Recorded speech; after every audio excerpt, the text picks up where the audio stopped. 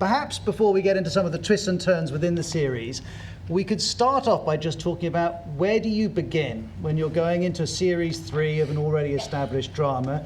Declan, you're one of the writers, one of the creators of this programme.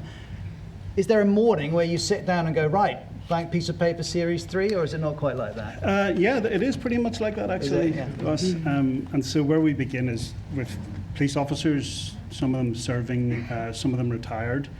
Adam and I would usually do about a 4-month research period for every season, which is very much like working on Panorama, where Roz and I first met.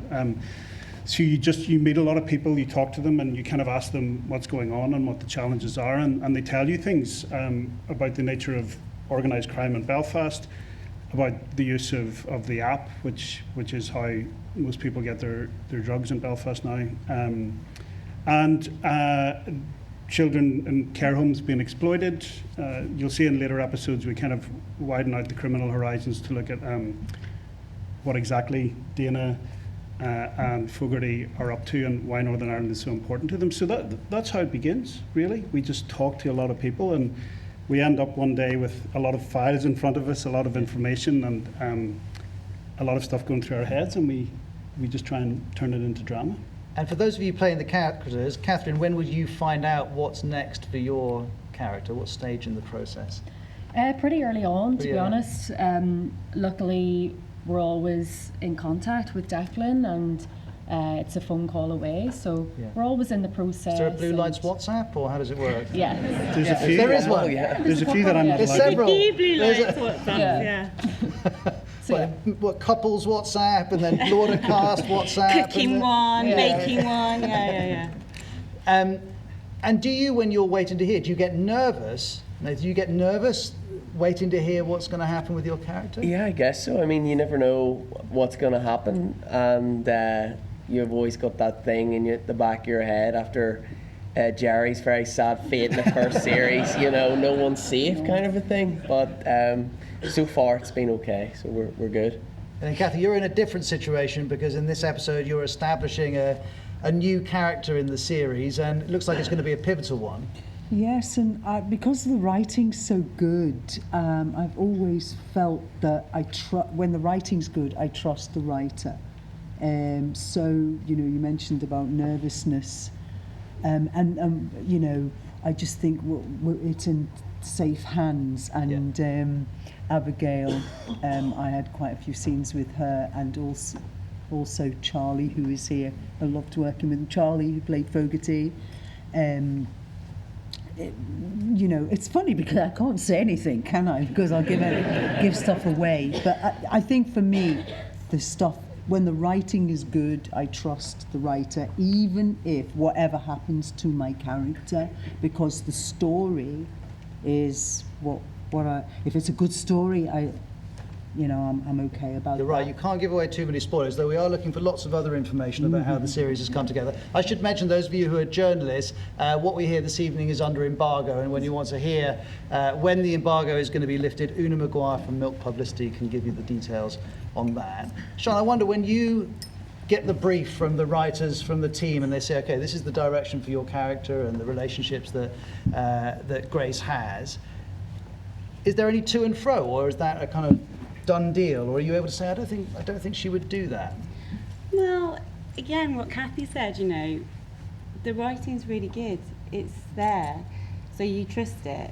But we've always collaborated. I mean, that's the great beauty of this show, is that ever since the first series, I remember our first chat on the phone, Declan. I mean, we were on the phone for a few hours. 3 hours. So I remember it was summer, and I was walking up and down my garden. I think I did about 25,000 steps. But Siân and I talked a lot in that conversation in the beginning about Grace's backstory, where she was born, who her parents were, what kind of childhood she had, all of that. And we agreed on that backstory, and a really significant element of it comes out in this season. Without spoiling anything, she tells us about who she is and where she's from. And you knew that before you filmed episode 1 of season 1, and hopefully it informed some of your choices the whole way through, and it informed my writing, but we agreed on it together. Yeah. And it's a wonderful you know, it's wonderful to work in that process. It doesn't always work that way, but you know, we are very open as a team in terms of, and I think as the series goes on, you know, it's a real gift to be able to revisit something and step back into the shoes of the character that you know, because every time you come back and you just bed in that little bit more, and there's a little bit more ease with it. But also, you as a writer, you know, you and Adam, it's sort of you take on board all these little nuggets, and you feed them back into the script, and you know, you can see it as the series progresses. And that, the practicalities of stepping back into the shoes of your characters, or stepping into them for the first time in your case, Carla. One thing we always notice on the media show on Radio 4 is people are fascinated about the practicalities of making programs that they love. So is it a case that you all turn up on day one and the shoot begins, or is it, Katherine, or you ships in the night, and that you might be shooting with one cast member but you won't see anyone else for a week or two? Yeah, very much ships in the night. That's a good expression for it. I mean, it's always lovely to do the read through, because you get to see everybody in one room, which is fantastic. And it's such a big cast, and you know, it really does take a village to make it work.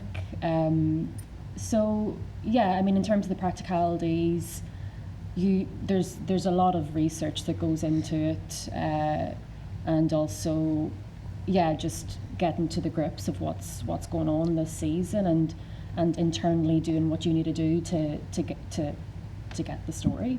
How long does it take? How long is the shoot? About 4.5, is it? 17 weeks. Yeah, 17, 18 months. So it's reasonably long, to put it Yeah, mildly. there's a lot, like you have these huge high octane sequences, and there's a lot that goes into it, yeah. And all three of you sitting here, in different ways, your characters are exposed to different traumas and pressures. I won't go into all of the details, but Katherine and Nathan, you are in different ways. Your characters caught up in a storyline related to one traumatic event. And it felt like that issue of trauma was being explored even more than in the previous two series. Yeah, certainly. And I think, you know, the way that it's written, you're not just seeing the trauma and the effect that it has for these characters in the job, but I think that one of the nice things about this series is that you get to see how it affects their personal life and their personal relationships, as well. In the case of Tommy's. Yeah, certainly. So it's nice that this series, you know, it delves a bit deeper into how the job affects these police officers outside of the station, you know. Katherine, what was the experience for you like of having to give so much to that performance, particularly in the later episodes?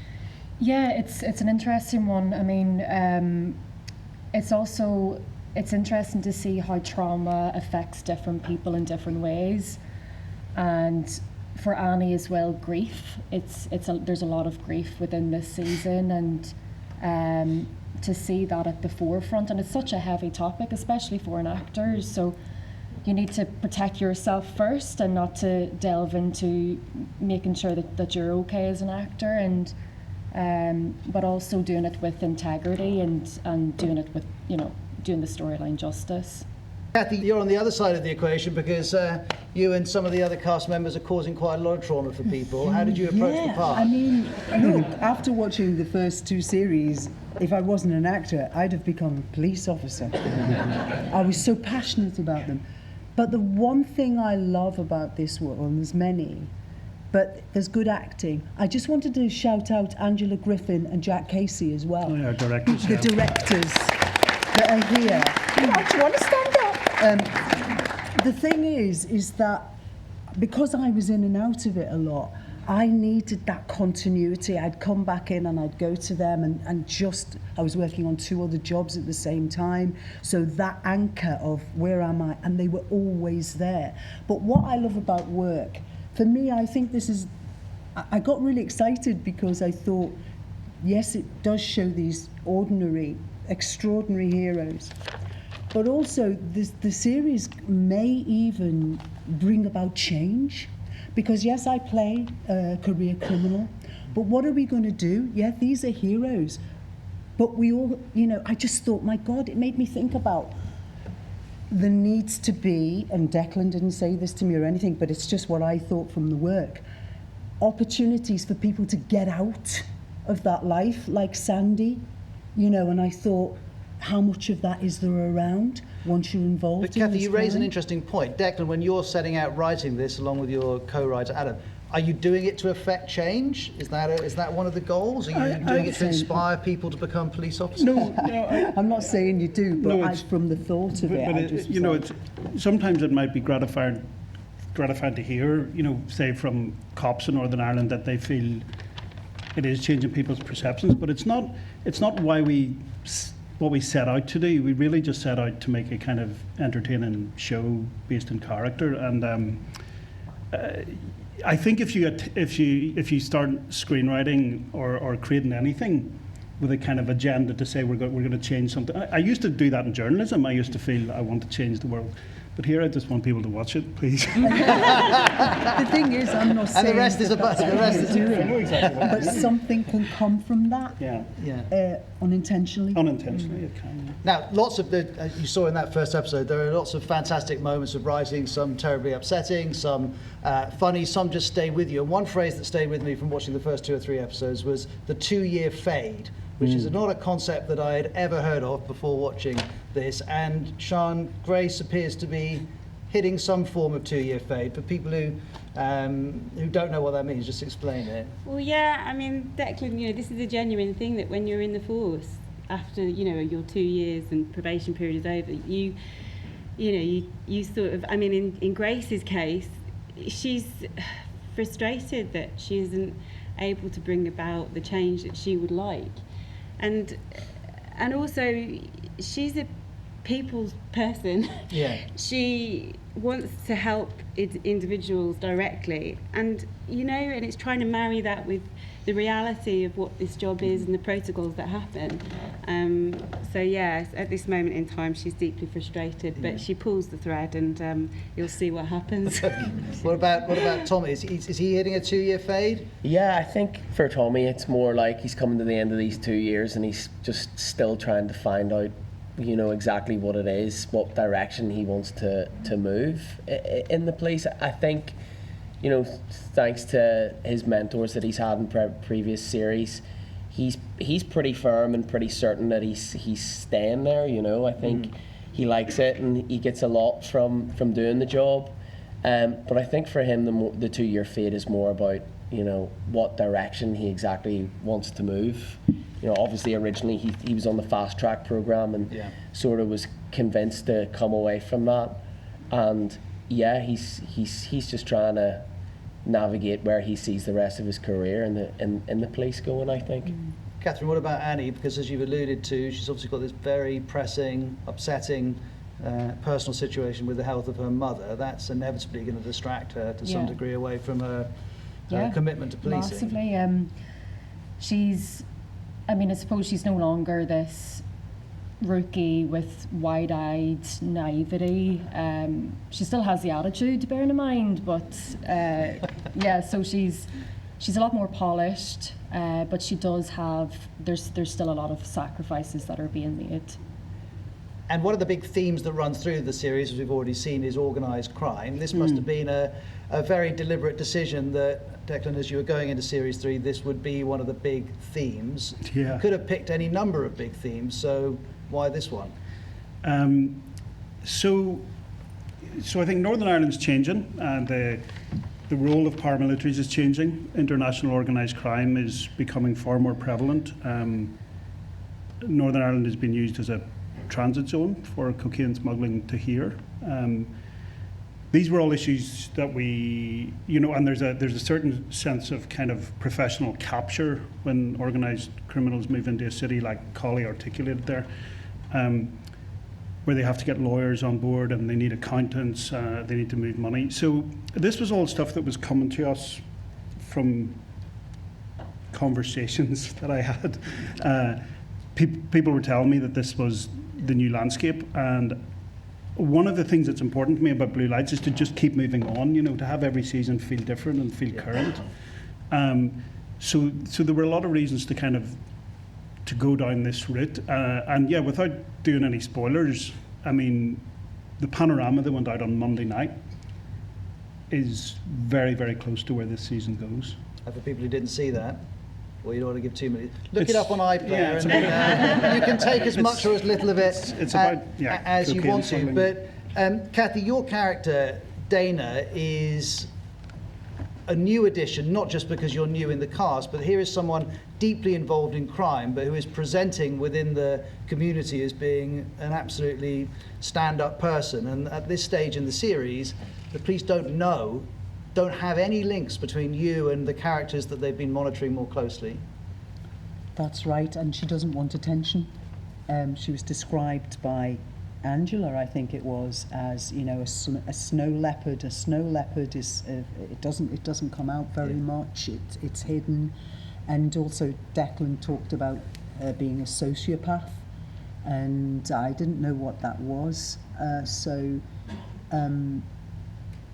It was just interesting to try and keep that under the radar. The less she's so different to me. In fact, I was also thinking, I hope she comes to a bad end. I mean, because I don't agree with anything that she does. And You're doing yourself out of work here, Cathy. But because I don't want. Let me just make a note of that. Because I don't agree with what she's doing. But then that kind of like subsided, that thought, as I started to get. You thought, actually, I'd like to be in this for series and series. I started to get interested in what motivates a person like this. Yeah. And how damaged she is, and I got to know her a bit more. And we had quite long conversations. Who is she? Where's she from? What was her previous job? How'd she get into this? Some of which is in this season, but a lot of it is not out yet. And Declan, sounds like you need a diary for 2026, 2027. Because Declan, we should say, I think most people in the room would know, we know there are more series of Blue Lights coming, right? We're about halfway through writing season 4 right now. Yeah, I'm really. I would say this, but this season is my favourite of all. Of course, I'm going to say this is the best season, but it is genuinely, from my heart, it's my favourite, because I think as you watch the rest of it, the character arcs are, we get really deep and dark with some things, but there's also quite a lot of fun moments, I hope.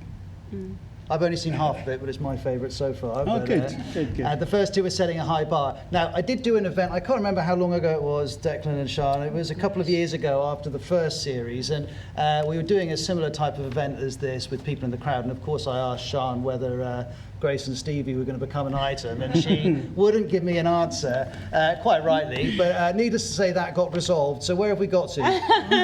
Part two. Part two. Well, yeah, I think, as you can see, they are a fully fledged couple at the beginning of this series. They're settled, looking for a house and stable at the start. And then, No. And then... But he's getting a promotion, right, which is potentially a complicator. Yeah, it is. But also, I think it's really brilliant in terms of, just the writing. You've got these two individuals that have lived a life, they're not spring chickens. And... therefore, they have their own backpacks of whatever they've dealt with in life. And then you have a job that throws them into circumstances that are, they're not ordinary everyday things. They have to confront stuff in society that not all of us would have to do on a day-to-day basis. So it means that they respond to things in a different way.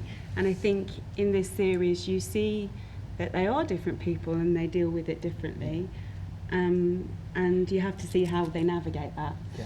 And again, I'm not going to give away too many details, but Catherine and Nathan, one of the things that I felt watching the first 3 episodes of this series is that in different ways the characters are exploring whether they're going to listen to each other. They're all offering each other different advice or saying, I've got a feeling that we need to look at this more. I've got a feeling that this is a bit off. And we're seeing how their different relationships handle their partners when they're policing responding to those instincts. Is that fair, or have I got carried away? No, I think I think it's very true. Yeah. Yeah, I mean, I guess you're right that we're for mine and Catherine's characters, we're sort of coming out the other side of being those newbie rookie cops, and maybe we're starting to sort of feel in a position where we maybe think that we know best, you know. And I think it's very interesting, you know, partnership that Shane and Tommy have in particular, because they always seem to be going, you know, against each other and having different ideas as to what way to go around things. And I think this series kind of shows that for these guys, there's more than one way to skin a cat, you know, and Yeah. sometimes it might get them in trouble. They might make the wrong decisions, and sometimes they might make the right ones, you know. So yeah, there's I guess it's kind of jousting almost for who knows what to do the best. Yeah, we saw that you as know? well in the case of, in that episode there in the car where where Grace and Stevie are kind of to and froing on whether your instincts about going to the mill is correct or not. Because also, you know, they're dealing with high stakes as well. So the decisions that they make Really matter. You know, the impact is greater than, you know, an everyday job. So yeah, they have to sort of know that they're right. And Cathy, I guess one of the challenges for your character, and we've seen her starting to wrestle with this, is the degree to which she can fend off the criminal underworld which she's fully connected to but wants to appear disconnected from. Fend off them or fend off the police? Well, fend off everyone, but to the degree that she doesn't want crime, she doesn't like it when that man collapses in the club because that's the underworld coming into her space. She's one step or two steps ahead of people. You know, that's her looking beyond what is there, checking everything. You know, I said to Charlie once, I wonder how she sleeps, and he said, very well, probably. These people probably sleep very well. On a bed made of money. Yeah. Yeah, I think as the series goes on, you see just how senior she is in the organisation. You know, I think you get an intimation of it there when Fogarty walks in with his swagger and pours himself a whiskey, and you think, oh, he's going to intimidate her. It's quite the opposite. Like She doesn't have to push her power.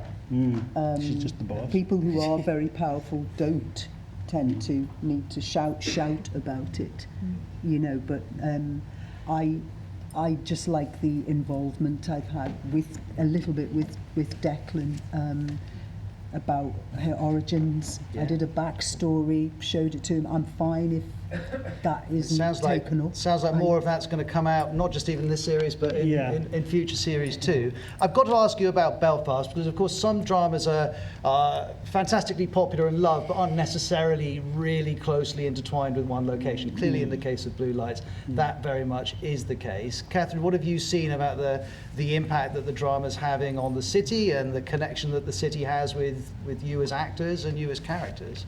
Yeah, I mean, like Belfast is lethal. I mean, it's such a good city. In every way. It's just That's a compliment. It's like it's class, and what I personally love about Blue Lights as well is it doesn't just feature Belfast, but it also features other areas of the north as well.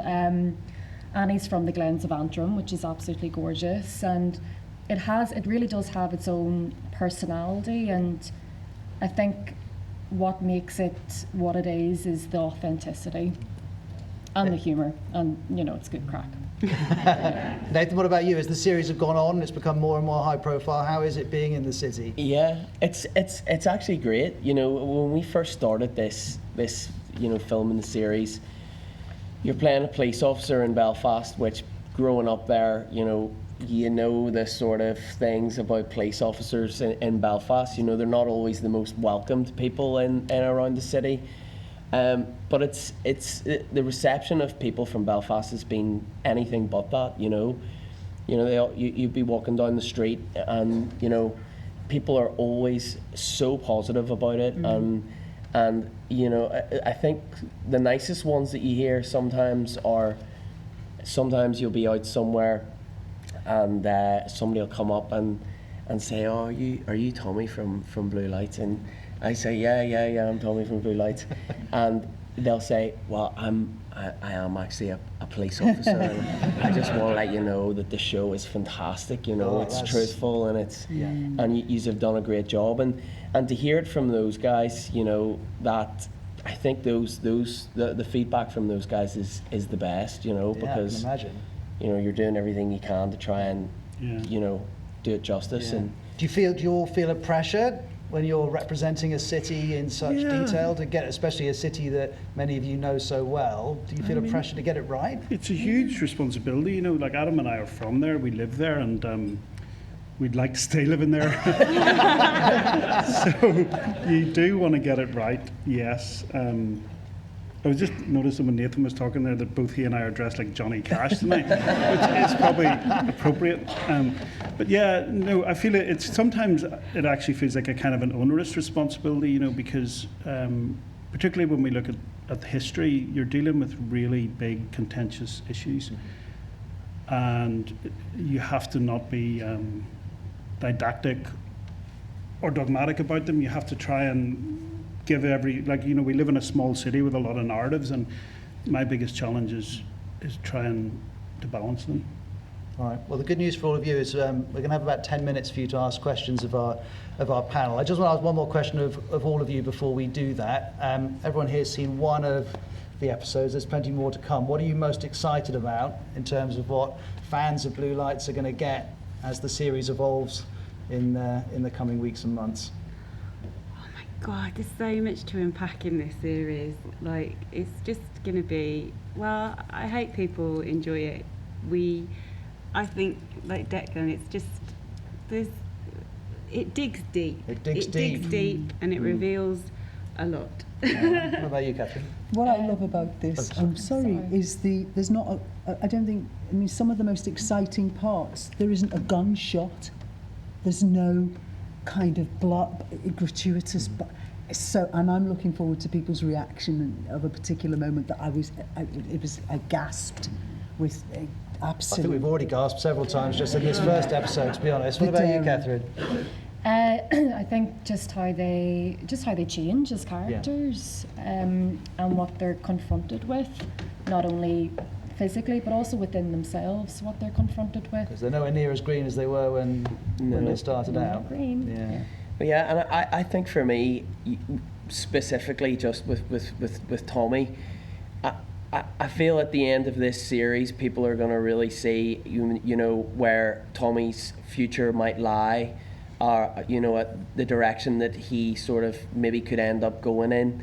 And I'm excited for people to see that and to see what they think, and then hopefully maybe explore that a bit more when it comes around to doing it all They're again. making us want to watch it, aren't they? That's for sure.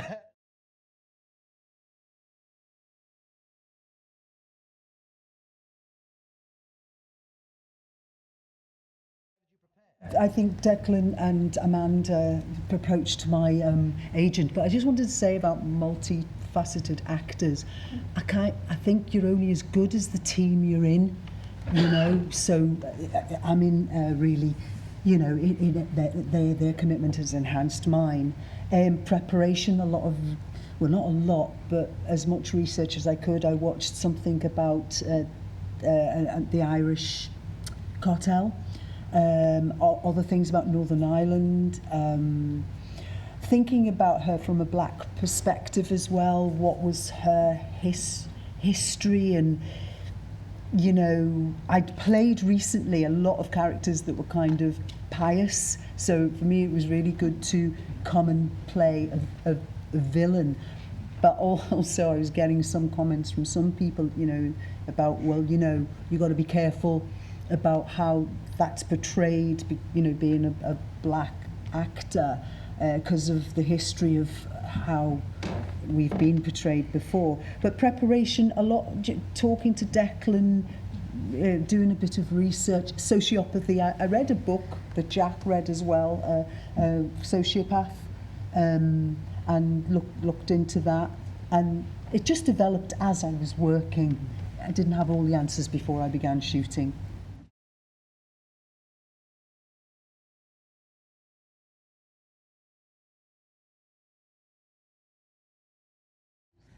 I can answer that in 2 words: you can. Whoa, okay.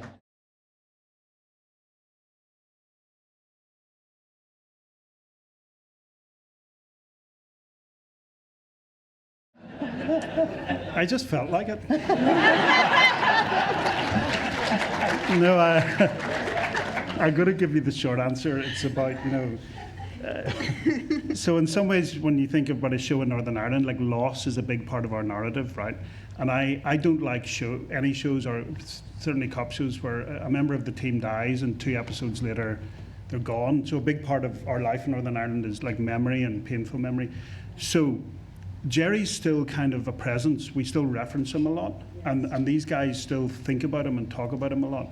And as the series goes on, that's going to become even more important to them. So I just think I wanted to portray a realistic thing about grief. My dad, who was also called Jerry, died, and we didn't forget about him. We lived with him every day. So there was all those reasons, and they will never be enough. Because everyone's always saying, yeah, but you still shouldn't have done it. Was there a big debate? Or was it just something you thought, no, this is right, this is the story I want to tell? No, we knew from really early on that's what was going to happen. Didn't know Richard Dormer would be so bloody good at doing it. But no, it was kind of planned from the start.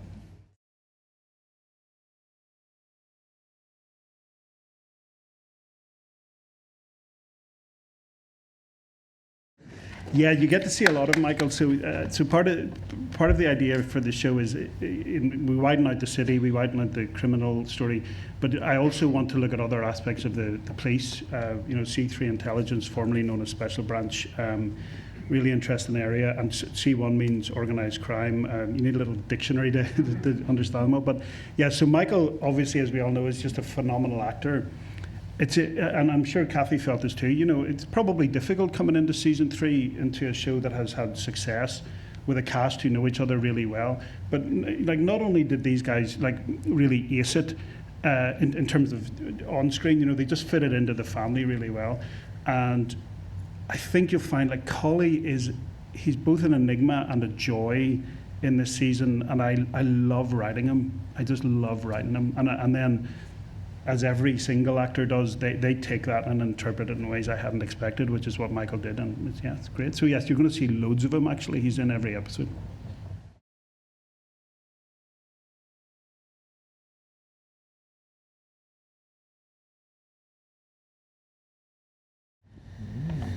Well, I've been speaking a lot, so what do one of you guys want to? Yeah, I think it's definitely a character. I mean, it wouldn't be the same show, I don't think, if it was set anywhere else in the world. And I think the interesting thing about it being set in Belfast is that being a police officer in Belfast does carry those very specific, sort of dangerous elements to it, so you might not feel the same way about certain situations if it was another force somewhere around the world. But yeah, I would say that Belfast is definitely probably the main character of Blue Lights, Katherine, you're nodding. Yeah, I agree. And the Glens of Antrim. But I think it is a huge character in the show from day one, and I think people also, I think it's a reason why the success of it is because there's been sort of an appetite to understand Belfast now, right. What modern day Belfast is, and I think it's been really brave in the stories that they've tackled. So it's very much there. And the sense of humour and the people and the locations, so yeah. And the vocabulary. Yeah, definitely. As well.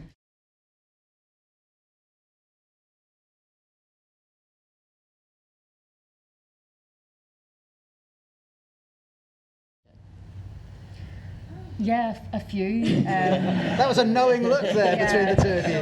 Which one should we talk about? There was one that took both of us by surprise. Me and Frank, who plays Siân, we were in the car, in the police car, and there was two guys that got into the back seat, and they were like, I forget what they actually said specifically, but we thought they were extras, or we thought, so yeah. Who were they? It was. Oh, this is a hijacking, they said. So yeah, that was mental. Yeah, there were so many though, isn't there? There's so many. We do have blooper tips, don't we? Yeah. You should put We them actually, on the day we were taking that photo was a hilarious day. Do you remember that? Because whoever the photographer was trying to give us like some direction, saying, "You're right, guys, you're gonna be super energized, super shouting and all." And we all just ended up screaming for like 2.5 hours. Like we were sweating by the end of it. Random words. Yeah. Speaking of photos, how was it seeing your photo up on Times Square?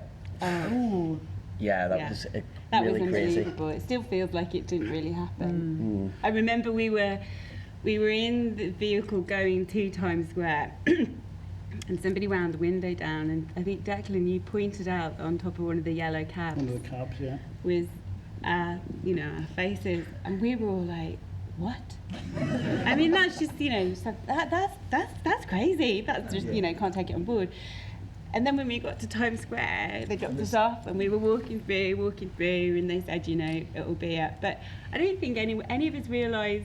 Well, I didn't really that it was going to be. 7 stories. Yeah. So surreal. So we were there. What was it like, Catherine? It was just surreal, especially seeing your face that big. It's like, what? It's not normal. Yeah. You haven't got used to that, seeing it? No, I mean. And but there was so many people as well. We took a couple of photos like underneath the board, and there was a lot of American people walking past who obviously didn't have a clue what blue lights was because it wasn't out yet, but they still recognized us, and we were like standing together in the same photo and like taking photos and all. It was If you crazy. haven't seen the picture, or the pictures actually, because there's several of all of you guys standing in front of it, if you Google Blue Lights Times Square, you'll very easily find it. I'm afraid our time is up, so please join me in thanking Siân Brooke, Katherine Devlin, Nathan Braniff, Cathy Tyson, and Declan Lawn.